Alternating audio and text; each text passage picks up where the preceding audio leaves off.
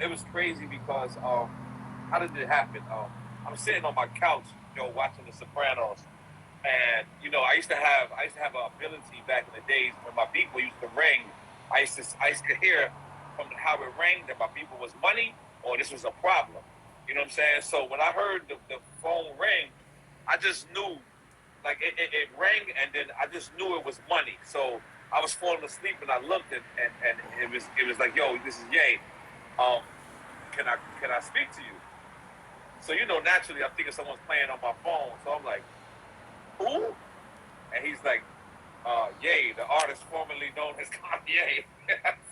I said, no, this is this guy. This is this guy. This is this guy.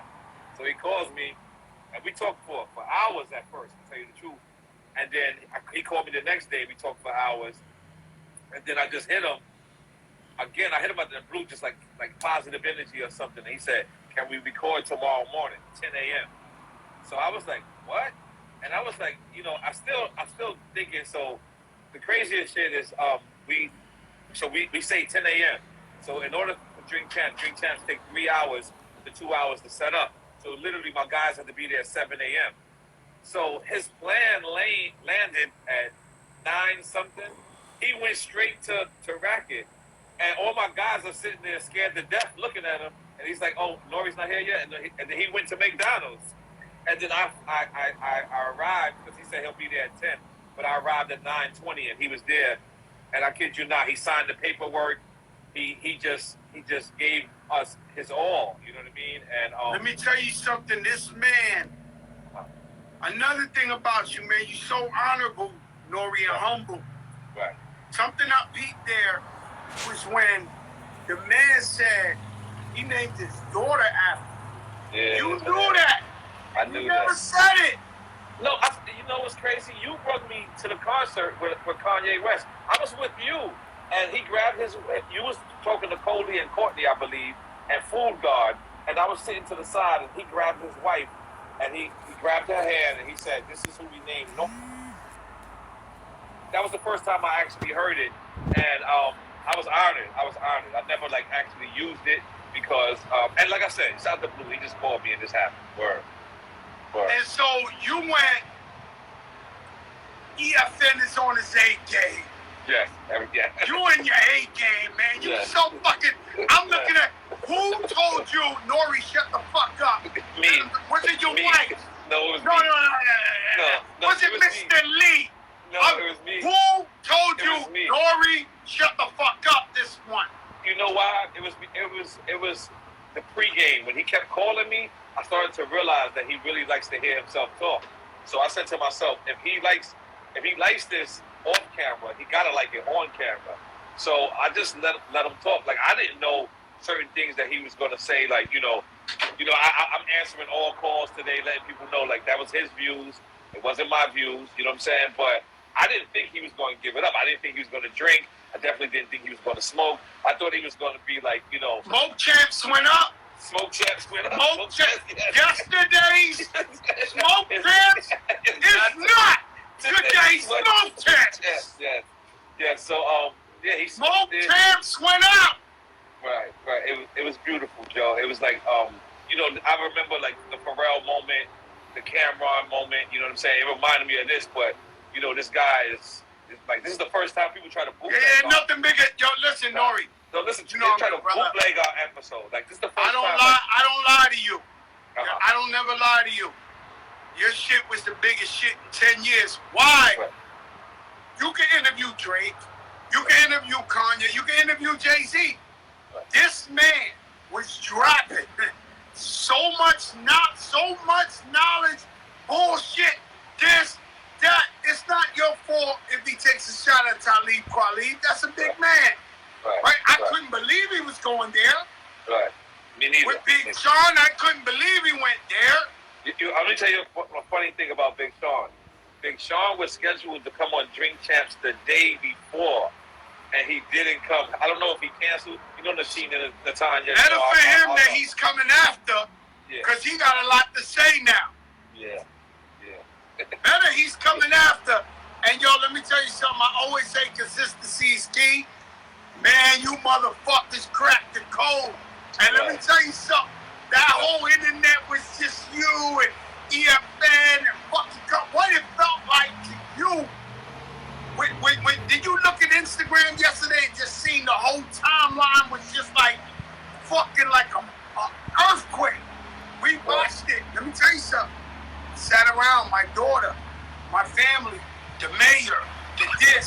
that we sat around together like 10 of us waiting for that shit to come on.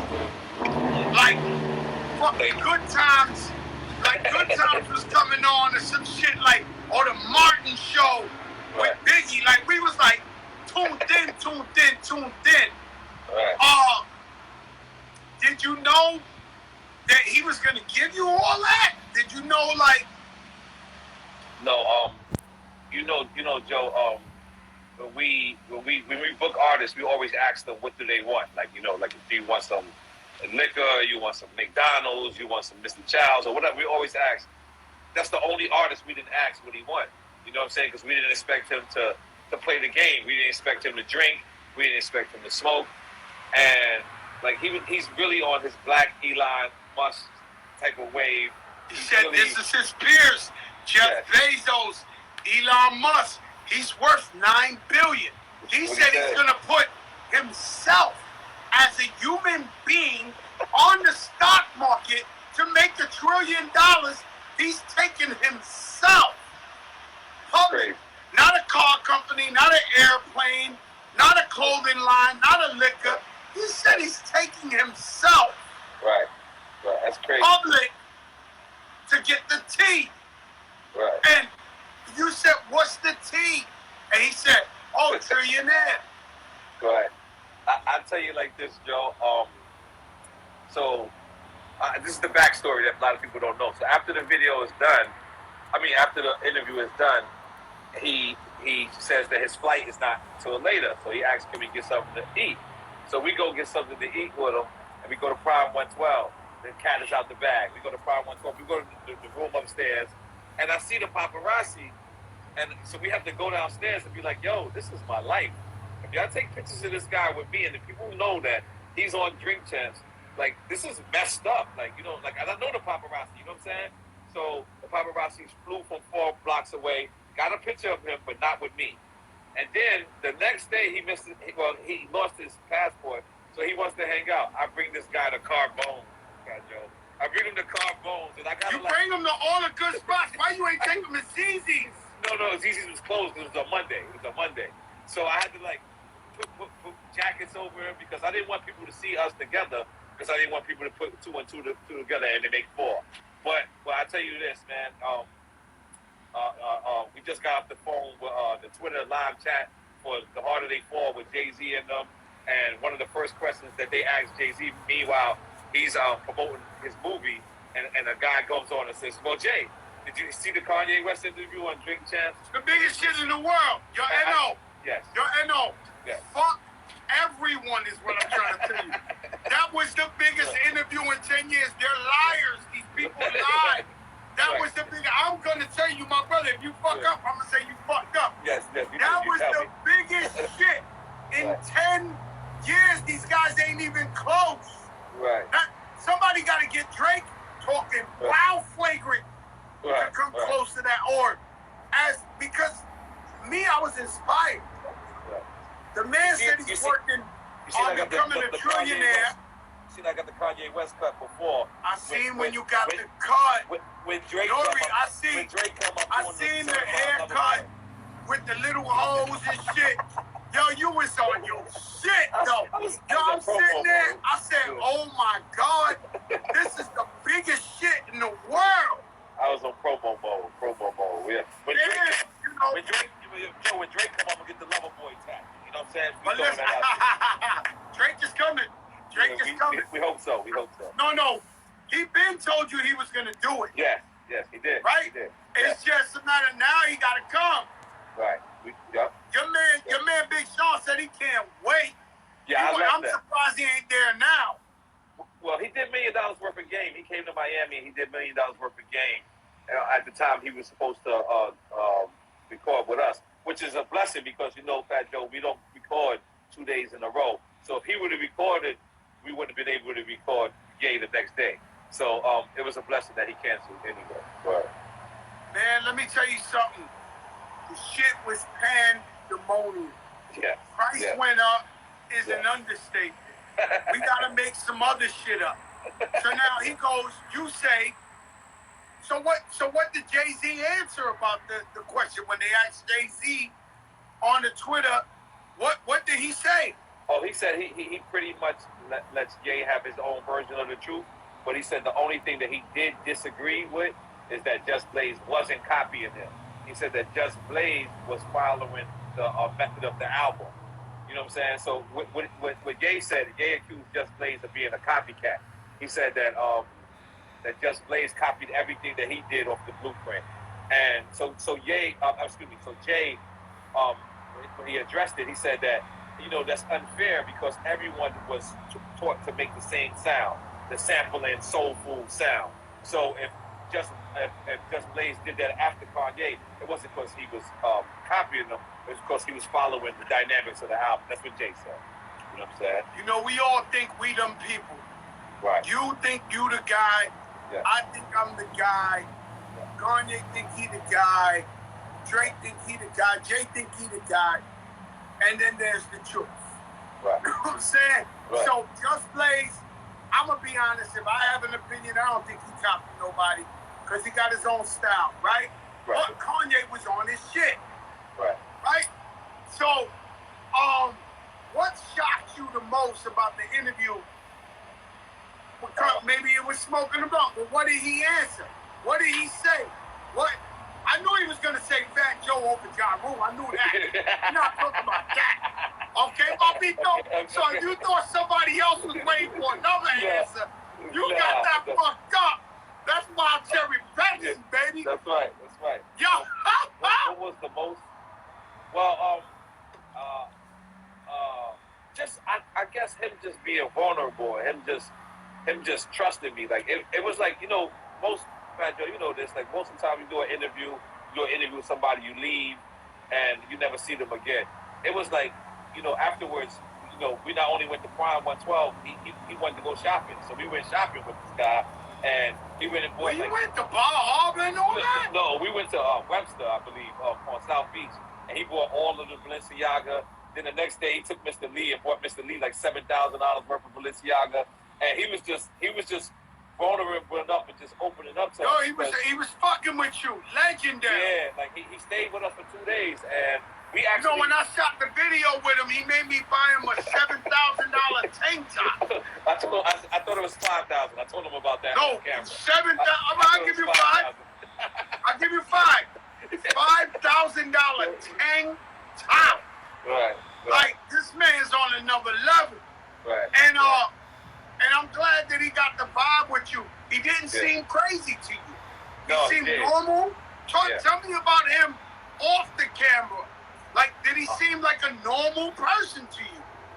Actually, he's a natural performer. Like when we was in Prime 112 and we ate, like he just started performing. Like he pulled out his phone and he started quoting rhymes. And he was like, and it was poems, but I felt like I was in Def Poetry Jam. Like, you know what I'm saying? Because he was saying like poems that you could tell turns into a rhyme. And he was just like a genius. It was like really hanging out with Albert Einstein or something. Like, you know what I'm saying? And, he had no security. So, I can't allow that. I told him, I said, yo, listen, bro, you in Miami, like, you know what I'm saying? Like, if anything happens to you on my watch, I can't go back to New York. I can't go back to the Bronx. I can't go back to Queens. I can't go back anywhere. So we mobbed him up. Everywhere he was at, I had, all the drink champs around him. You know what I'm saying? I had everybody around him just to make sure. But it was really on some positive level, you know what I mean? Because, but what shocked me the most was, obviously the Big Sean and John Legend. That was, I didn't think. Yeah, but we do understand loyalty. Yes. And we do understand loyalty. Yeah. And what you gotta understand, it hurts harder when you put people on. Change their life. You change their life and they become rich. Right. And then when it's time for them to hold you down. Oh, one thing I noticed about this interview is Kanye West is watching everything. Yeah, he watches what everybody says and what everybody does, you may not think he's on Instagram. He's watching everything. Because I picked up on how he saw how Talib was talking about. He saw how John Legend fell back from him. So I do understand. I do understand. I say it all the time. If we born alone, We born poor, and Right. we get on, and we put people on and change their lives, Right. and they don't hold you down. I'm like him. I have a problem with that. Yeah. A lot of people agree with him this morning. I believe the Breakfast Club did a survey about that. A lot of people called in and agree with Kanye. It's like, you know, if you change my life and you make me rich, you can have a disagreement with me, but don't make it public. You know what I'm saying? So I understood. You know, I was watching him the whole time, and I told my daughter, I said, you know, this guy is like Jay-Z and Dame Dash together. Yeah, he says right? that. I can see the boss, the big money talk, Jay-Z, but at the same time, I can see how he thinks like Dame. And so when he starts talking, he says, I'm Dame with money. I'm Right. Jay-Z. And I'm like looking at them like, yo, I just told y'all this. And then he took a shot at our brother Steve Rifkin, who I love to death. Oh, yeah, I wasn't Who ready put for that. me on. Steve Rifkin put me on. But you know, certain people are allowed to say whatever they want. Right. I didn't Right. take it like, yo, Right. Kanye this. I'm like, yo, that's Kanye. Right? Right. But Steve Rifkin, our brother, I mean, you know, the man Kanye, he says what he says and he means it. Yeah. Yeah. And so I'm turning around, I go, he talked about Mobb Deep. Yeah, See, I knew that. There's certain things we can't talk about. But anytime I hung out with Kanye West, he listens to Mobb Deep. Right. That's And dope. so I knew that, but it was crazy. You know how he gave it up to Mobb Deep. I thought that was amazing. How he gave it up to Mobb Deep. And you know, some people, it's the art of the whole shit. Yeah. You know what I mean? And more than anything, I think he was giving us a blueprint to how to get money and the way he sees the world. I don't know if you were seeing that. Nah, I was. And so he was saying, like, we all a community, we all family, even if we disagree.